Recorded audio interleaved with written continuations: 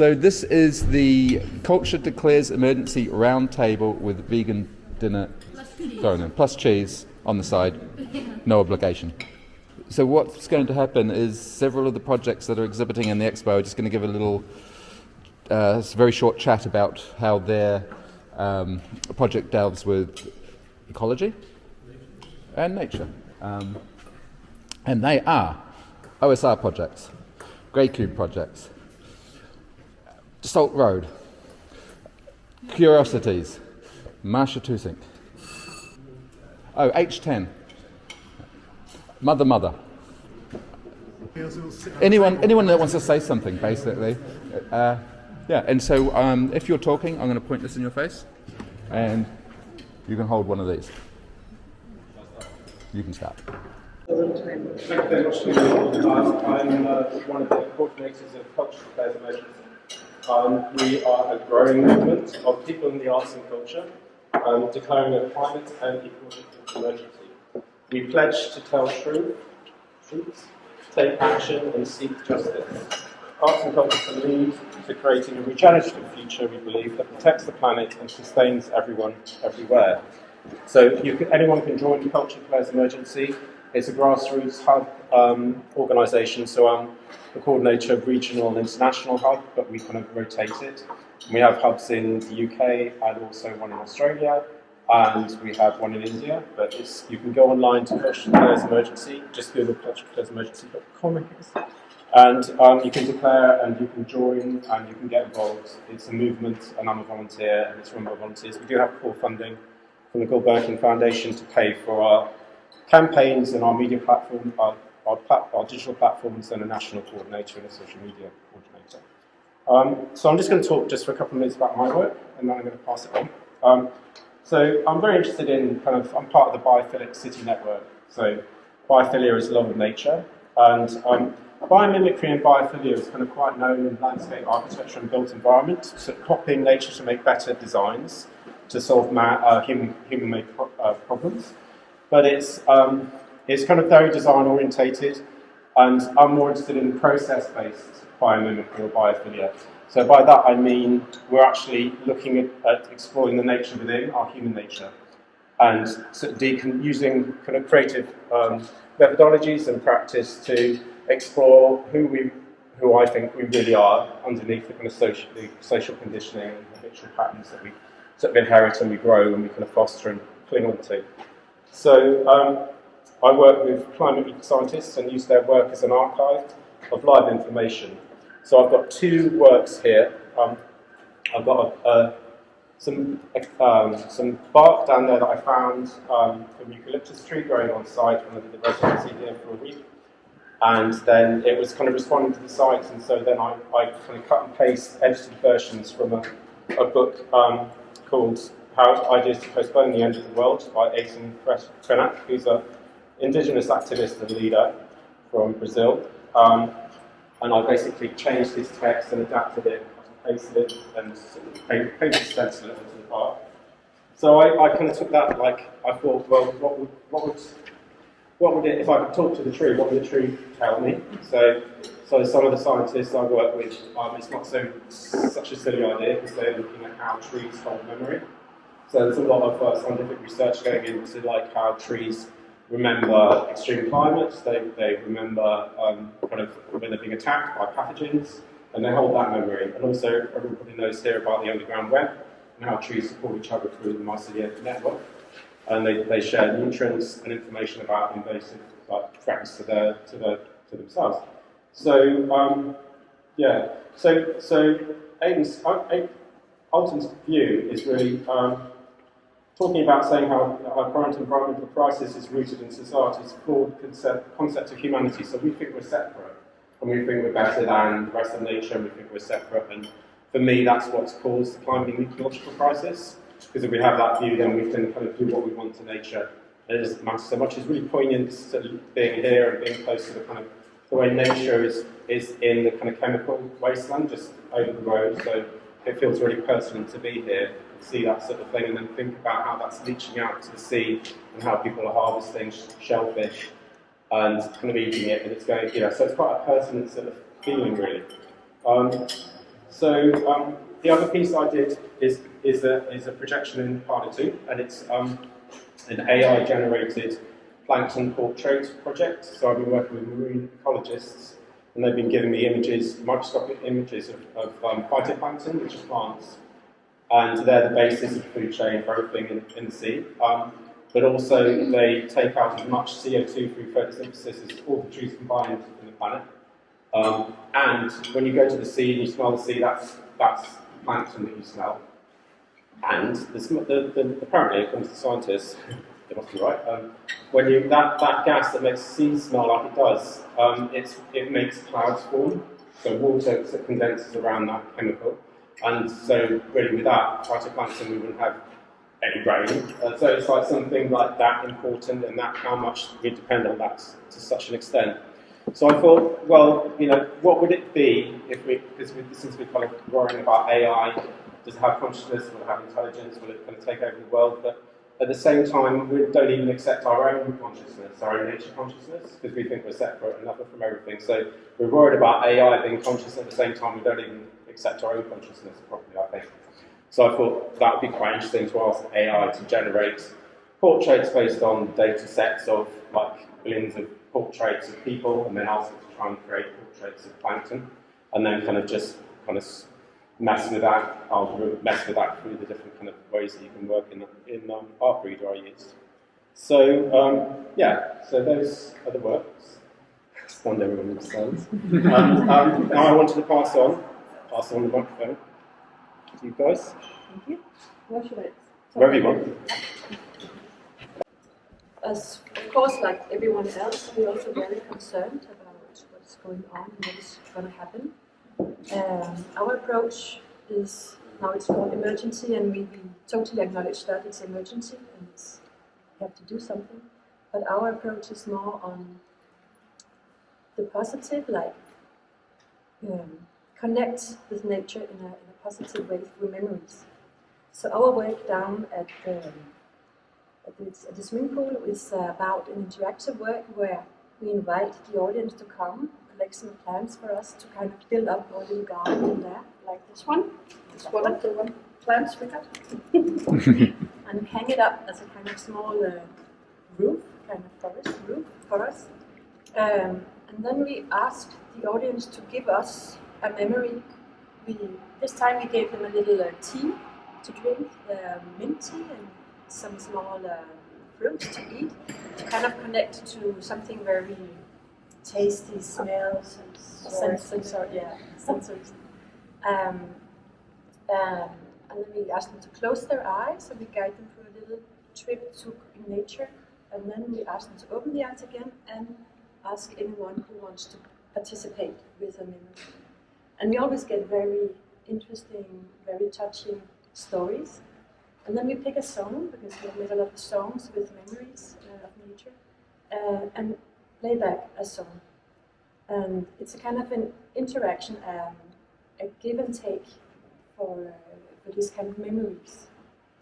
And we often, how can I say, what we experience is that it's the kind of heartbeat going down, the nerves are going down, because by emergency we also have all the climate anxiety. And this is what we want to kind of bypass a bit, because with anxiety is also come a lot of passiveness. I'm not sure it's the right word in English, but we can get passive. I work as a school teacher, I have worked as a school teacher, and the kids are very anxious, they're very scared.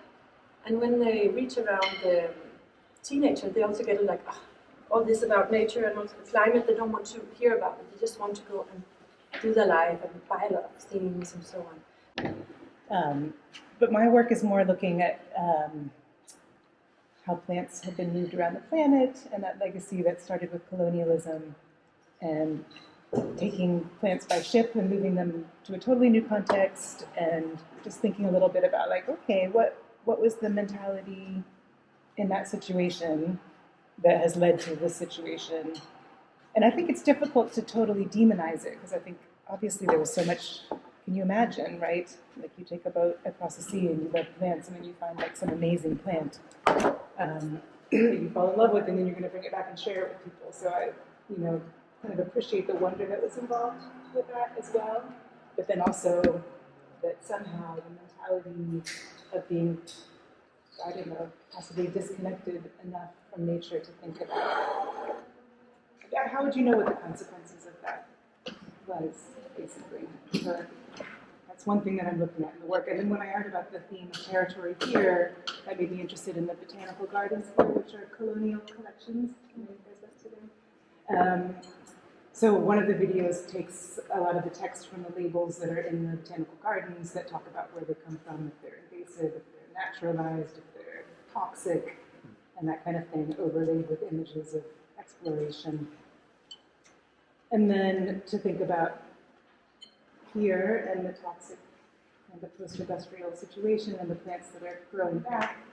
And again, that seems wonderful too, and they are thriving out there, and they might be doing some kind of phytoremediation as well, but then a lot of them are considered invasive and are causing problems and discouraging local wildlife. So just all these things, I don't know, to me are very confusing and complex and interesting to play with in my work.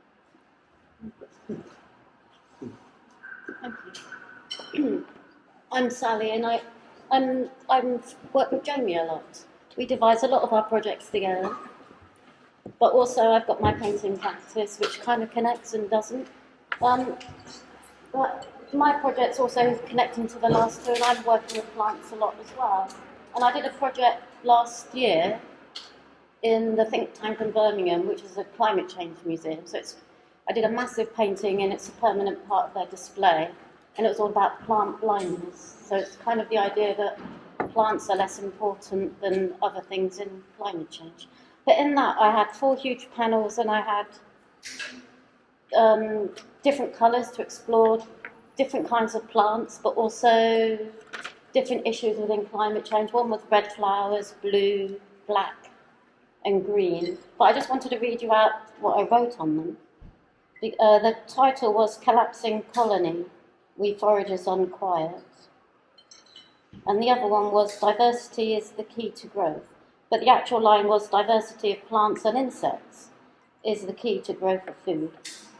And then GM crops lost no colour to eat.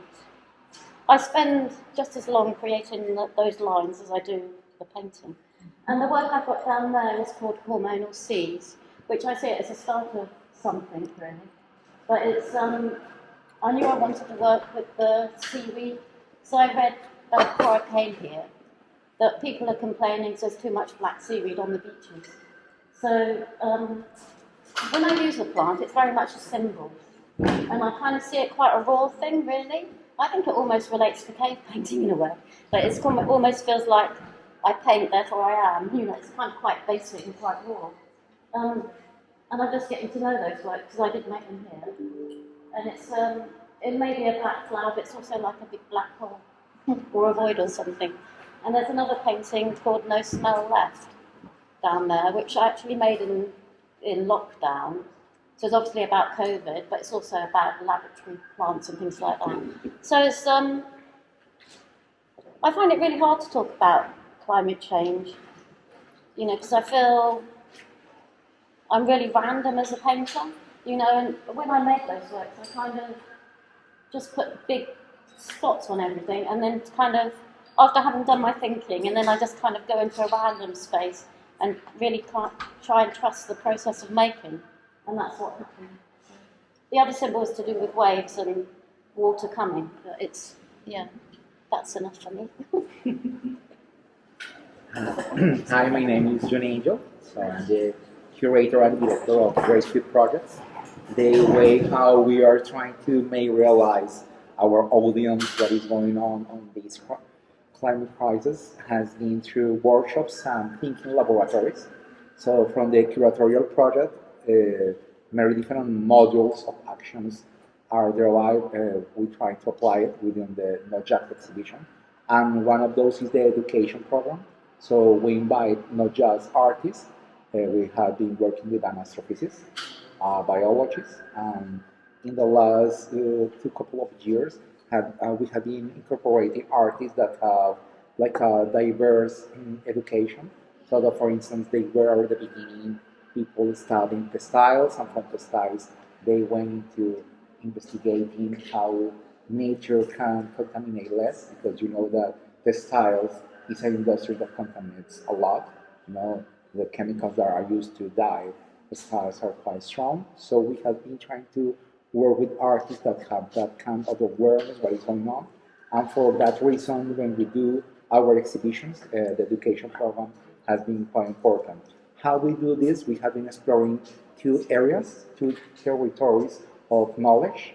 One of them is biology, and the second one is physics. We have been itinerating an exhibition that is titled Symbiosis Entropic, that combines both biology and physics. Why? Because we think that we try to make understand people that when we maybe were educated at the school, we didn't see the potential of those fields, because maybe the way how we were taught didn't make us think that we are interconnected. So through our laboratories and workshops, we try to fill those gaps. Sometimes when we work with universities or the museums or institutions, although we are independent organization, we try to look at what they don't offer at the universities or the museums, and we offer those fields through alternative forms of education. So through our workshops, we try to incorporate different kind of people. I might say that I have been surprised that the last time, for instance, was a guy, an engineer in finance, and this one surprised us because he had a project that was about a tale about science fiction, and through his text he envisioned a world through the education using the networks. People were aware how to use the resources, and that project was so interesting. And actually, if we thought maybe he wasn't an artist because he didn't study art, but I might admit that it was one of the most interesting projects. So nowadays we are trying to expand the audiences, and we are looking between different spaces to try to make aware the people how this interconnection between biology, something that we don't know that much yet, maybe because maybe just if we are very curious about, we don't research quantum mechanics, quantum physics, but seems to be one of the theories that explains many of the phenomena, even our own nature. So when we do our exhibitions, we try to organize these actions. We didn't do it through this because the nature of Sluice is quite short, but usually we do an education program as a very important part of the project, not as a supplement, as a maybe one of the core things. And we try that the exhibition is interconnected to the laboratories, takes place there. Yes, when we had the COVID, it was quite complicated, but now we are coming back, we are displaying in that way. Thank you very much. Simon from OSR Projects. I'm kind of aware that this little fluffy microphone could be passed in any direction because all of you have got something to say on this, and it could be any of us sitting around the table. So I feel slightly embarrassed to be here because, you know, I know it could be all of you, and I'm sure we will feel a little bit the same. I've got some work downstairs. It's been like an absolute delight to be making some work here in residency over the past couple of weeks. So I thought I'd just read what I've started to write about it. Some of it isn't my words. The project's called See an Enemy. As its crumpled body drifted past, Redfoot, still wearing its extraordinary erect war corona, bent over and down. Onto the spot Bluefoot had just vacated, and deposited there a single tiny anemone, an asexual clone of itself, generated and brooded within its body cavity, placed to occupy the neighbouring area of rock that would now become part of its own colonial territory. So drawing parallels between this subterranean world and the linguistic and cultural legacy brought through human colonisation, See an Enemy explores multiple ideas of territory, dipping into the dark undercurrent of contemporary life, looking for bubbles filled with hope and thoughtfulness and generosity. A couple of years ago I started to make work with clay, throwing on the wheel. I became interested in repetition and the inevitable mistakes and inconsistencies that are part of the process of learning new skills and making work by hand. In this work that's downstairs, ceramic vessels, both fired and unfired, mimic the sea anemone in a failed attempt to clone itself with external forces changing the vessel's appearance, rendering each one unique. And here's another quote. Each polyp may be genetically identical to every other, but each cast within a clone is a different form. Different local conditions, life on the free outer edge where there are no enemies to the battlefront, the safe centre. Summon different body forms from the same genetic source. Even here, in the very simplest of animals, the interplay of inheritance and environment defines the experience of life. So during the residency at PADA, I've worked with Rita Zorro down in town.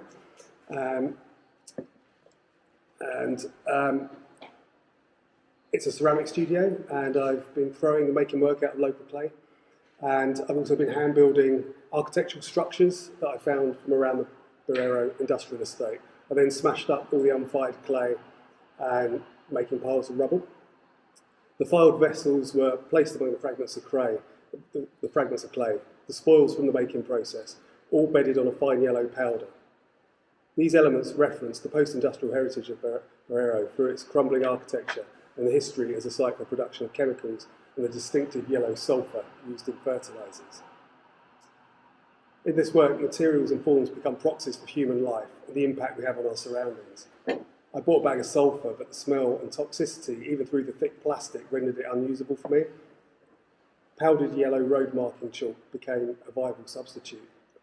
Referencing architectural scale sulphur mountains, the chalk is also used as a marker of territory, from roads and football pitches to runners' trails. The extracts that I used were from Adam Nicholson's The Sea is Not Made of Water, and that's me. So I'm going to pass back over to Jamie.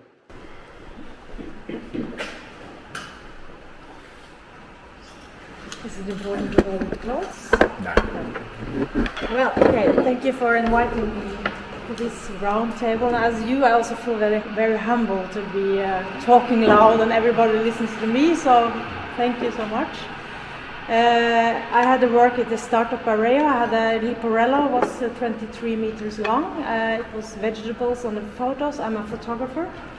I have worked for the last 4 years laying in fields in Norway, in the valley behind my house. I found a kind of sanctuary in the field, laying there, being autonomous and feeling that the world was very far away.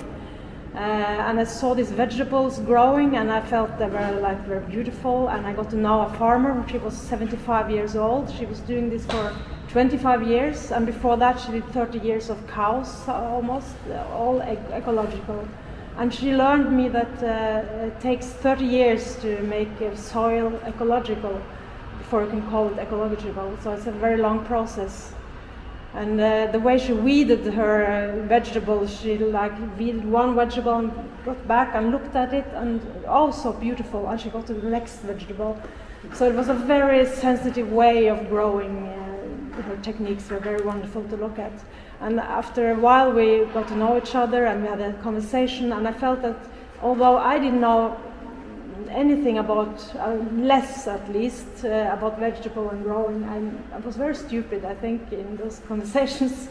We had something in common, and it was this way of, some years there too much rain, it's too cold, the frost comes too early, or things happen all the time. Every year is totally different, and the same I feel with my art, that it's very I cannot organize it so well, because things happens, and we were the same. Some years there's nothing coming out good, and she has the same. There's always something coming out, some experiences and things like that. So I'm very new, my work is very new now. I've done this for 4 years, so it's very physical experience still, and I haven't had this very intelligent thinking of it yet. It comes after a while. But it will come as a book next year, and I will launch it in her field, and I'll talk with her. And I think that I'm very looking forward to speak to her about art also, because I think it's very, you can mirror our work, I think, very much. So it brings up the sensitivity, I think. That was my experience about this work. What to say? My mind is swimming. I'll talk about the work a little bit and what informs our work. Me and Nat share very much the same concerns, I think, as everybody in this room, and desperately trying to make sense of a way forward and how to get us out of this terrible crisis that the planet is in. And we've been searching all over the place for answers and reasons and all the rest of it, from economics to politics to philosophy and all the rest of it.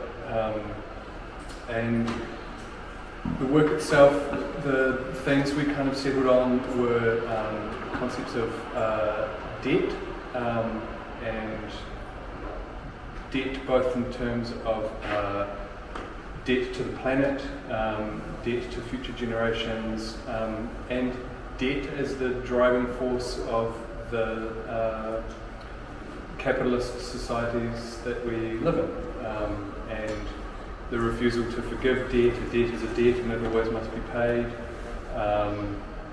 and this whole kind of that narrative and the as part of a wider narrative that we have all been kind of forced to share via marketing and propaganda of one sort or another that convinces us that wants are needs, that endless growth and accumulation of stuff and assets and consumerism and all of that is a narrative that is shared by almost everyone in the West, in particular. We need a new narrative that doesn't involve endless growth and the destruction of the planet. So the other component of our work was exploring indigenous values. Over the past 10 to even 20 years, we've worked a lot with indigenous artists in New Zealand, Māori and Pacific artists, and dealt a lot with decolonising narratives, and who better to shed light on colonial narratives than people who have suffered most under the thumb of colonialism. And we couldn't help but settle on the realisation that there are almost effortless synergies between indigenous values and indigenous worldviews and some form of socialism. And we sort of started to feel that perhaps a way forward is to find allyship with as many different people, including everybody in this room, to try and find a new narrative and to look as far afield as possible to find allies and like-minded people to sort of try and dig our way out of this sort of shared nightmare that we're in. So yeah, that's kind of where we're coming from. Nat would have explained that much better, I'm sure. But yeah. We worked on issues on territory, identity, and technology. That's kind of the key points. And we, at the moment, what we brought here is a piece on a project that we have been working for the last 6 years, 5 years, about eucalyptus plantations in the country, in the central and south part of the country. And we have been working with not as with some communities, but thinking on interviewing and getting involved with people that could allow us to understand the issue of plantation in a more complex relation, not just as who plant the trees, but also who lives, who experience, and how this embodied knowledge is experienced in different ways, and how that can teach us and allows us to think on plantations from different perspectives. Yeah, I think that's a good summary, so I don't bore anyone. Thank you. So one of the good things I think about connecting to nature is that everyone is an expert. So that basically everyone has their own nature stories, everyone has a feeling, an embodied feeling of the connection to nature, and it's different for everybody. So I'll just thank you very much. Thank you much for being here. Please do go online, see if you want to join Culture Declares Emergency. We'd be very pleased for you to join us. There's about 1,600 members at the moment, mostly in the UK, and cultural organisations and individuals. But we do have, we're growing local hubs internationally, so do get in touch. Thank you very much. Thank you everyone for talking.